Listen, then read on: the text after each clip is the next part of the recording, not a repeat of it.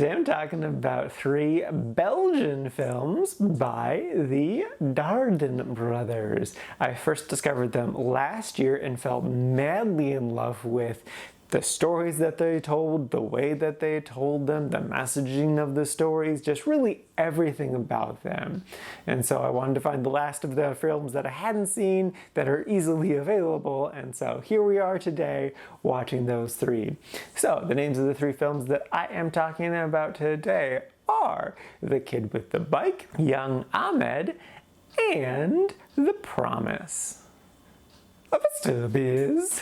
The Kid with the Bike. This is a 2011 film and it's really, really good. The basic premise is there is this 12-year-old boy who's in the foster system. His dad had been in the picture, visiting on the weekends and stuff, but suddenly he's disappeared and the boy isn't handling that well. So he's desperately trying to find his dad. And this movie's so good. First off, the kid, he's not coping with things well, and so he's acting out. And so at times, he's just kind of a really terrible person. And I was worried for a bit that he was going to be just terrible the entire time. And that's a very difficult watch if he was going to be awful the entire time. But he wasn't. They did a really good job of walking that line of showing us him emotionally distressed, kind of being awful, but then also showing us him just chill, him going along with things, him connecting to other people. This movie's just about love. It's about the need of love and trying to find it, and how, a kid doesn't know how to find love because they're a child. They just need to be taught how to do things, and so he goes to plenty of wrong places. So yeah, I thoroughly enjoyed this movie. It was so well done and just a great emotional ride. Even though this is in French, I'm definitely going to recommend this to my dad because he's definitely going to connect to it a lot. He was a marriage and family therapist who also did stuff with troubled youth with their emotions, explaining that very simply. But yeah, I would in general also really recommend it. It's definitely one of my favorites of these guys, and it's 100% worth a watch.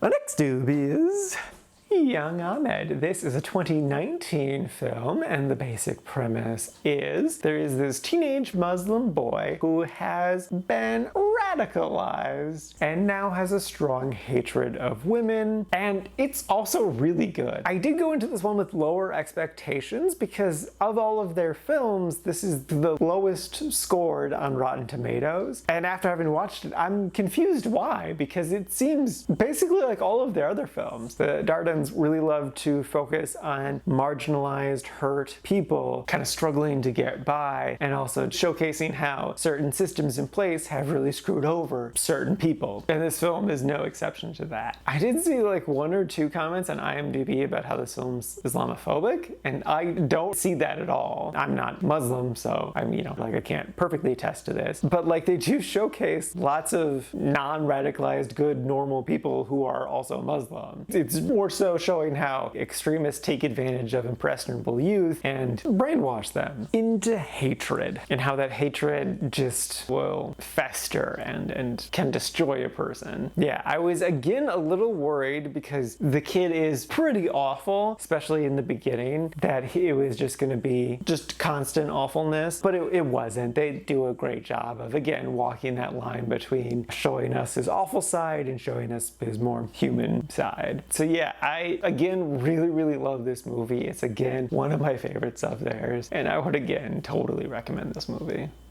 And lastly is The Promise. This is a 1996 film, and it's pretty good. The basic premise is, I'm going to be a little vague because part of it is the mystery of figuring out what the hell is going on, which is technically true for all of their films, but this one a bit more so. So there is this teenage boy, 16 years old, and his father, and they do a lot of illegal stuff, though they do it with the intention of helping others. But then one day they make a mistake, and then the boy spends the rest of the film trying to atone for that mistake. It's pretty good. I definitely really enjoyed the performance of Jeremy Renee, the main kid. He was really good. He's been in most of their other films, so I've seen him a lot, and yeah, he did great here like usual. The dad character was very, very interesting just because of how flawed he was, and his intentions were mostly good, but then he would mess stuff up, and it's just, I don't know, he's a very, very very complex character. This one didn't quite make it into the really like section, but I think that's just because I didn't fully connect to it as much as their other films. It's still definitely a good film that's worth a watch. It just didn't quite strike a chord with me as well as the other ones did this time. And honestly, I think in the future, upon a rewatch, I will enjoy this film more. Because really all of their films are great. I've yet to experience anything even kind of bad from these brothers. I think it's just like the day leading up to the moment of watching this film affected the viewing experience more than I would have liked. And that's not the movie's fault. But it's still a very good movie that's very interesting and thought-provoking and worth a watch.